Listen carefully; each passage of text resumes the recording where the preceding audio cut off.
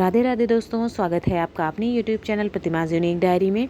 दोस्तों, इस वीडियो में जन्माष्टमी की व्रत कथा आपको बताने वाले हैं। श्री कृष्ण के जन्मोत्सव की कथा आपको कहानी बताने वाले हैं।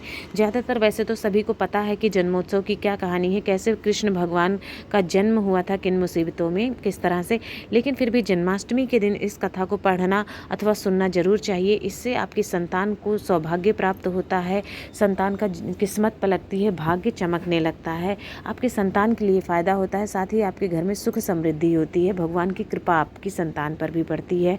ठीक है, तो इसलिए इस दिन आपको व्रत कथा ये ज़रूर पढ़नी अथवा सुननी चाहिए। भले ही आपको पता है फिर भी सुनना चाहिए। देश भर में कृष्ण जन्मोत्सव की तैयारियां जोरों शोरों से शुरू हो गई हैं। भगवान कृष्ण का जन्म भाद्रपद माह कृष्ण पक्ष की अष्टमी तिथि को रोहिणी नक्षत्र में हुआ था। इस बार जन्माष्टमी तिथि की शुरुआत 6 सितंबर को दोपहर 3:37 से शुरू होगी और 7 सितंबर को शाम 4:14 पर समापन हो जाएगा।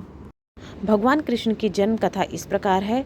जन्माष्टमी के दिन रात्रि में बड़े धूमधाम से भगवान कृष्ण का जन्मोत्सव मनाया जाता है।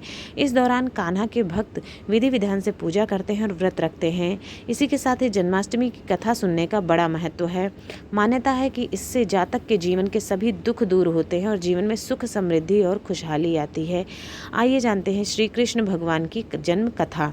पौराणिक कथाओं के अनुसार भाद्रपद माह कृष्ण पक्ष की अष्टमी तिथि को भगवान कृष्ण ने माता देवकी की 8वीं संतान के रूप में जन्म लिया था।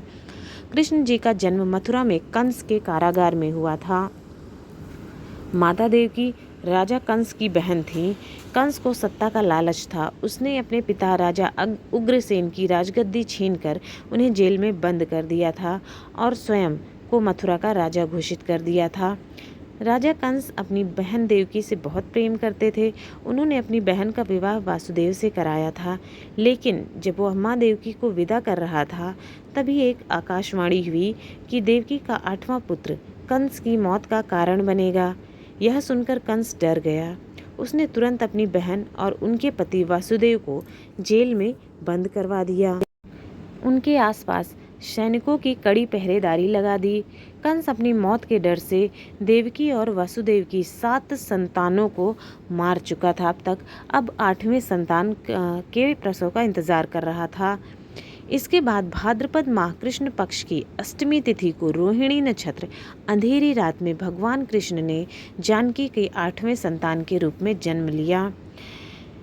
श्री कृष्ण के जन्म लेते ही कोठरी प्रकाशमय हो गई। आकाशवाणी हुई कि विष्णु जी ने कृष्ण जी के अवतार में देवकी के कोख में जन्म लिया है।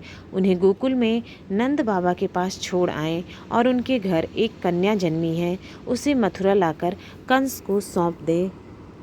कान्हा चले गोकुल धाम। आकाशवाणी सुनते ही वसुदेव के हाथों की हथकड़ी खुल गई। सभी पहरेदार सोने लगे। कान्हा ने एक टोकरी में बाल गोपाल को रख कर सिर पर रख लिया और गोकुल की ओर चल पड़े। कान्हा को गोकुल धाम ले जाने में वसुदेव को कई मुसीबतों का सामना करना पड़ा।